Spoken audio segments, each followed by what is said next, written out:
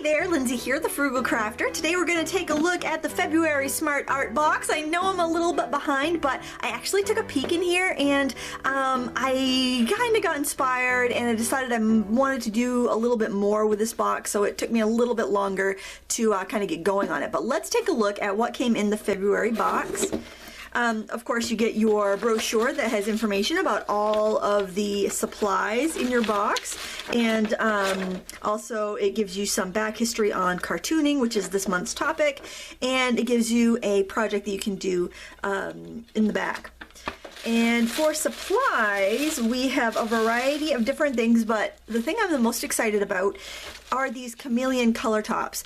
So I have the original set of 22 Chameleon pens, and they are kind of a unique alcohol marker where they have a clear blending chamber, so you can put that on your marker, charge it up with clear fluid, and then when you color, it starts off really light and then it goes to whatever shade your marker is, and it gives you just this kind of like effortless ombre effect. So they recently came out with these tops that you can put on your marker instead of the clear, so you can go like gradation between colors. So I was kind of excited about that, and I wanted to see how these would work with my other markers as well. So if you'll indulge me bringing in some of the markers I already had, I'd appreciate it, because I think that might be really handy. I'm really curious about this. I have had dealings with a Chameleon company. They're excellent people, and just like the folks at Smart Art, so I'm really pleased to see them working together. The next thing we have here are some fine liners. Now I'm betting these are probably water-based, 0.4 millimeter tip, so I think that's pretty fine. Let's take a look at those and see what we have there. That's kind of nice to have that variety of colors, because you've got these shades of blue and blue, green, violet tops, and you've got one vermilion red marker, so that would be kind of limiting. So it's kind of nice you have these other markers to work from. That's a pretty fine tip. I typically, let's write down the box here and take a look here. Oh yeah, that's a really fine tip. By the way, Smart Art is a sponsor of my channel. They are, they wonderfully, generously sponsor these videos, so I do appreciate that and thank them for their support. And I will have links so you can subscribe or check out this past box. Sometimes they still have some available to purchase if you want the past ones, not always, but that's an option if you want to try before you buy.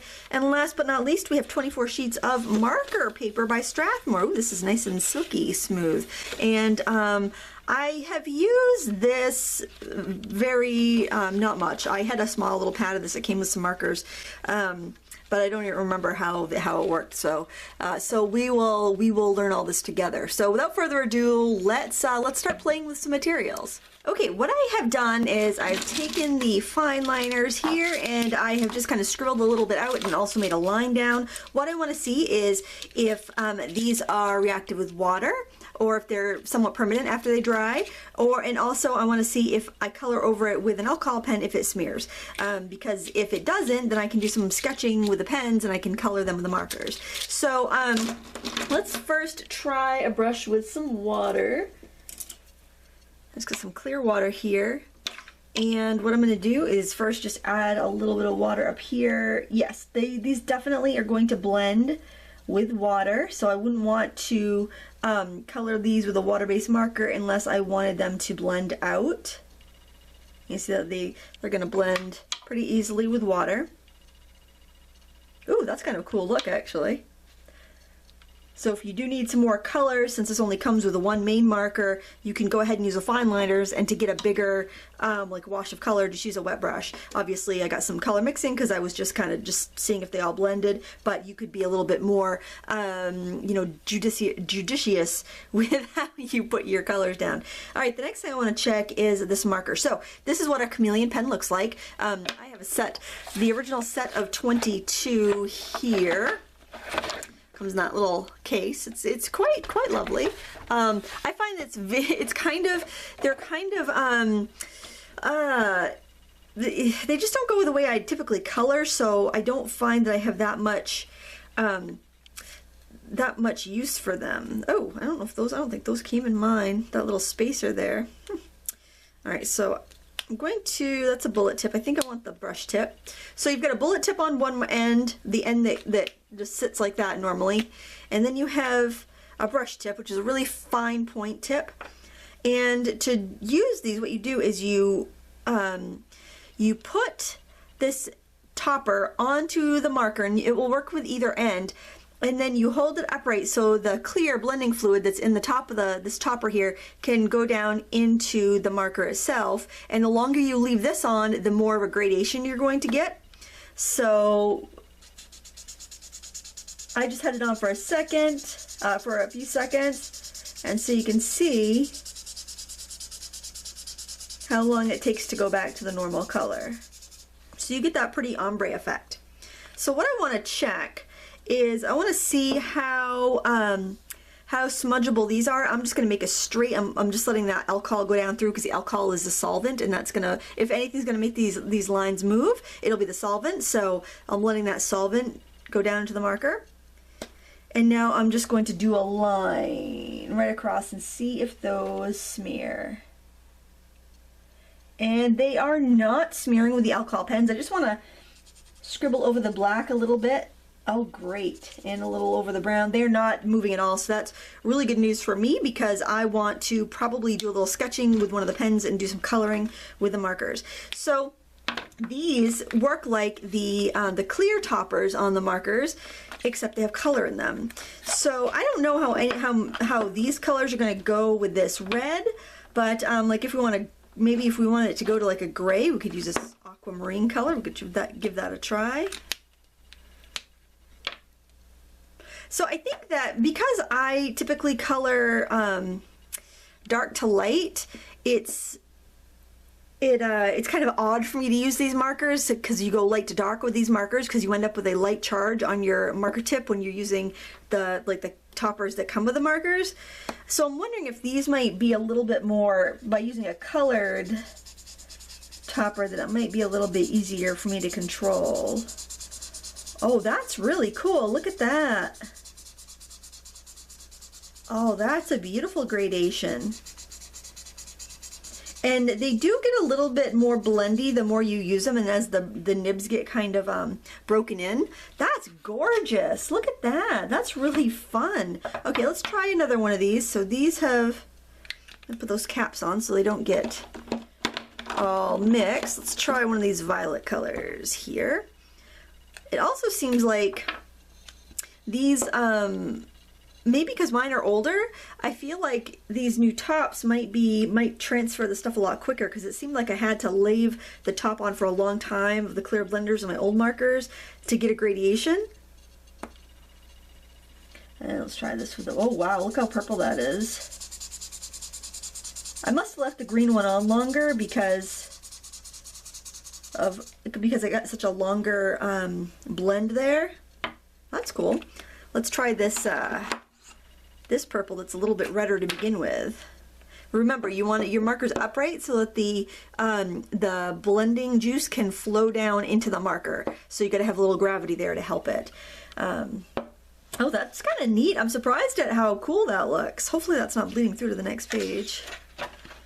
No, it is bleeding. You can see it through on the back of the paper, but it doesn't seem to be bleeding through on the next page anyway, so that's good.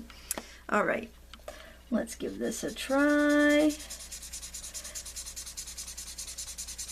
Now the box, the Smart Art box didn't have any replacement nibs, but I know when you buy sets of the markers, they often come with replaceable nibs.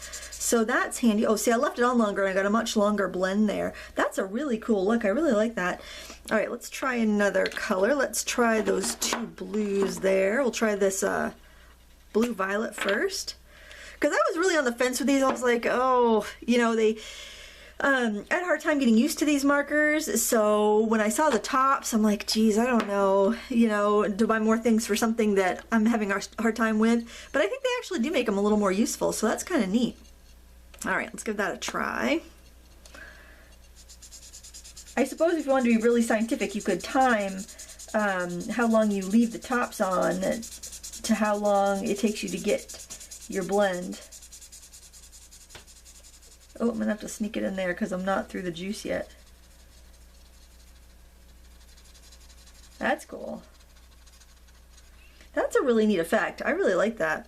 Now I'm wondering, make sure I clean off both sides of the nib there. And we'll try that lighter blue color as well. These are fun. Actually, I didn't know what I would think of the toppers, but I'm excited. I'm glad they came in the Smart Art box because I was excited to try them out. And actually, I'm surprised at how good that vermilion goes with those colors. It's almost like Southwestern. It gives you some Southwestern colors. Okay. Oh, that's a pretty color.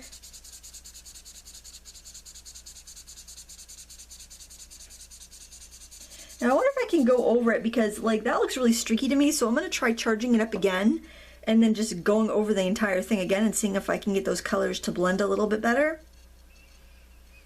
And that's probably that would probably be when it would be handy to know exactly how long you're blending it for.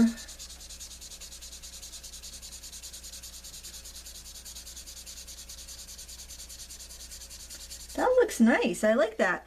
Now I'm not sure about this, like how this paper lifts, so I think what I'm going to do is grab one of my just regular blending markers and oh, you know what? I don't want to leave that on there because I don't want to end up transferring ink without me realizing it. Let me grab one of the clear blending marker that came in my kit here and see if you can erase markers on that marker paper, because I really haven't used this marker paper much. So I'm going to use a bullet tip because I want to erase, and I'm just going to see if I can lift up color with this erasable marker. Sometimes marker paper works really well and other times it doesn't. It depends on the brand. Like with the render marker paper, I can't seem to get any to lift up. Oh, that worked really well, but on like Winsor Newton marker paper, it lifts up really well. Oh, that's pretty good, especially for a red. Yeah, that lifts up pretty well. Let's try that.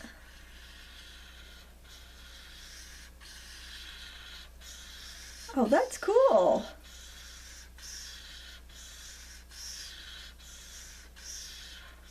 Oh, neat. Yeah, and I think the lifting technique is done best with the bullet tip, because the brush tip, I think would just, I think you might kind of wear it down. You can do some fun techniques though, just like dabbing with the brush tip marker and lightening up and like making texture onto your marker area. Sometimes it works. I think it depends on the color.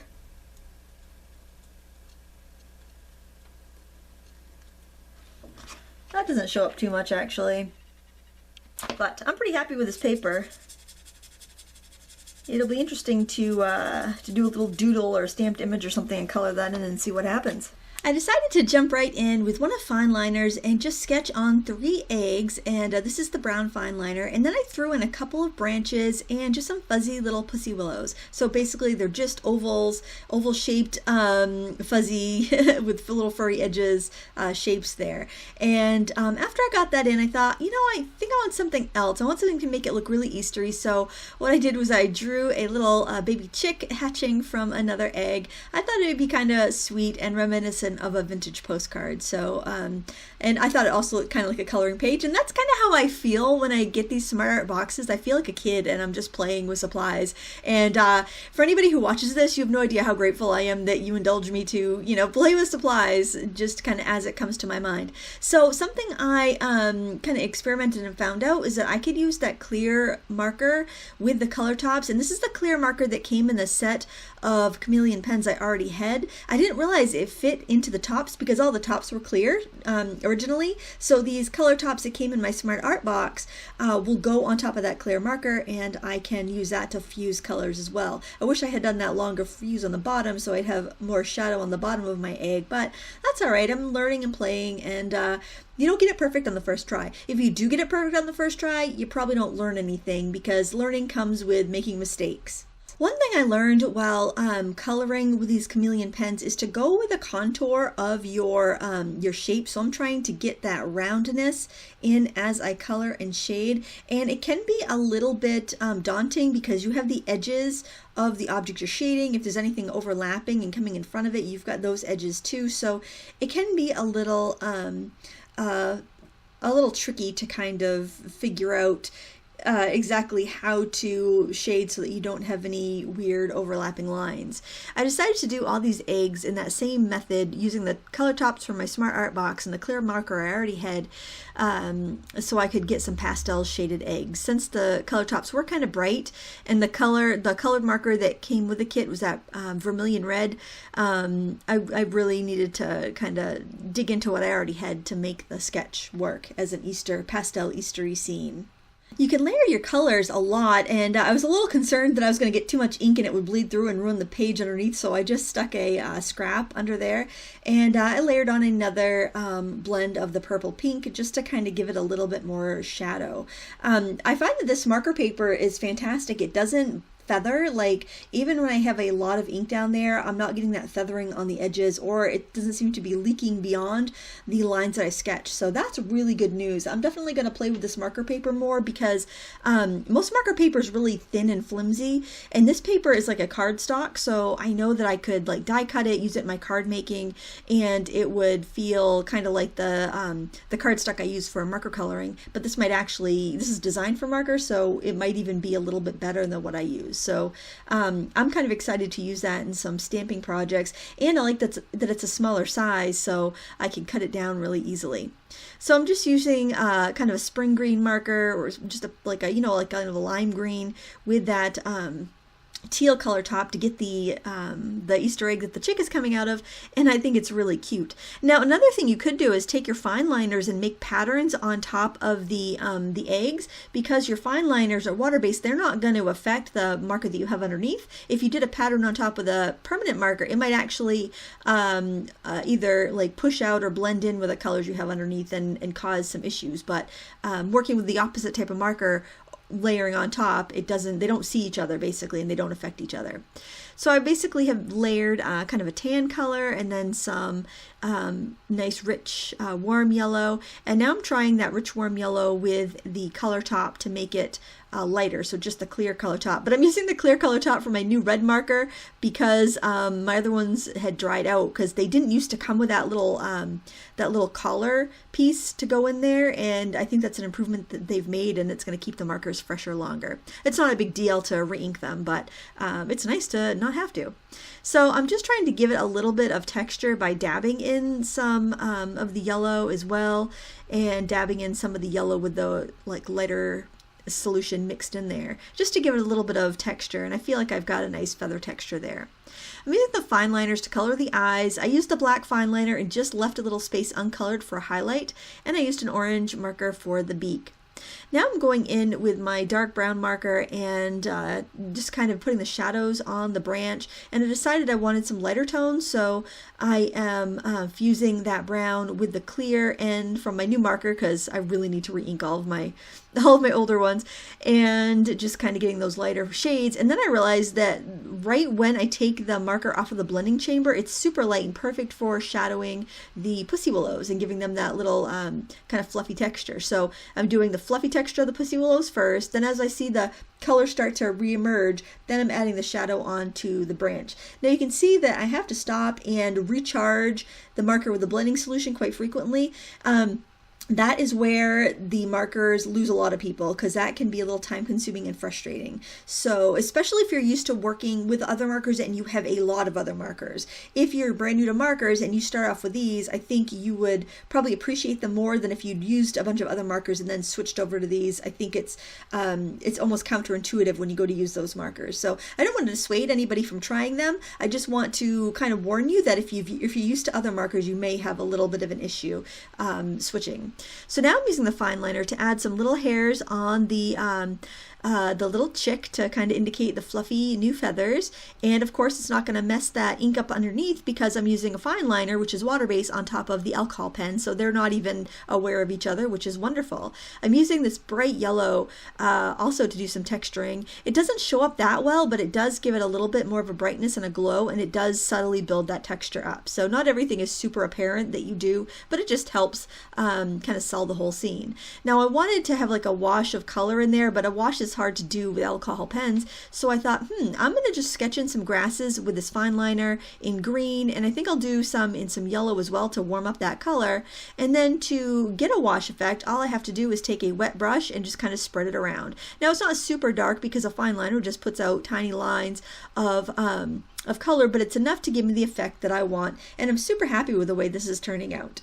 Another way to use the fine liners that came in the Smart Art box is to use them like a watercolor. Simply scribble some out on a non-stick surface and use a wet brush to pick it up. And this is perfect for when you need to do just a little subtle toning, like on the Pussy Willows, because they're very light in color, and I just needed a little bit of gray. So by just diluting that black fine liner, I got that gray that I needed, and it gave it a really subtle look, and I'm really pleased with this.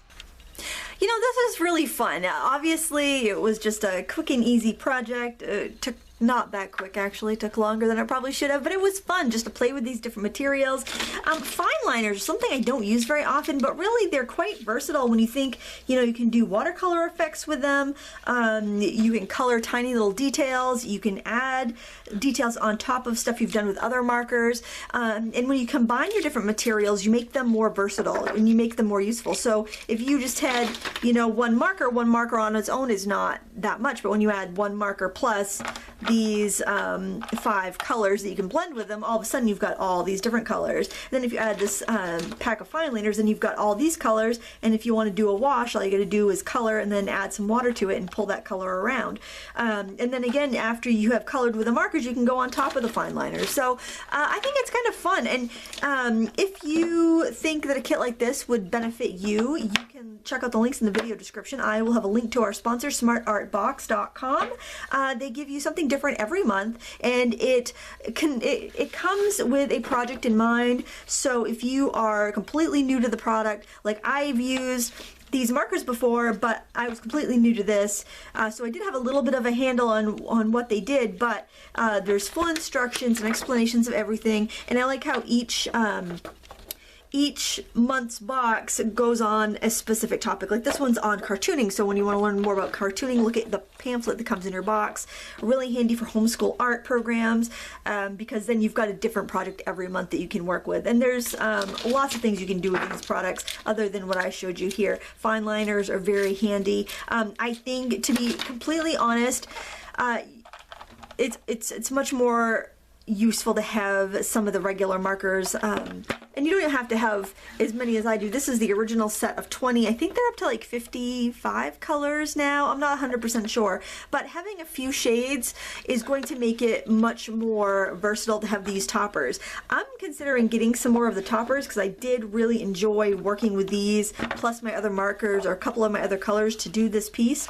And I feel like for the way I color, the toppers really worked a lot better for me than just having the clear, since I like to work dark to light. But if it wasn't for the Smart Art box, I wouldn't have realized that I could use my clear pen here and pick up any of the colors from the toppers, or any other marker for that matter, and be able to go dark to light. So sometimes it's just seeing materials presented together in a different combination to give you fresh eyes on a product. And I had a good time with this. It was fun. I mean, the finished product is nothing to write home about, but the process was awesome. I had a great time creating this, and I hope you give something like this a try too. I want to thank you so much for watching. If you enjoyed this video, please give me a thumbs up. If you have any questions, leave them in the comments box down below, and I will help you out the best I can. Thank you so much for watching. Until next time, happy crafting.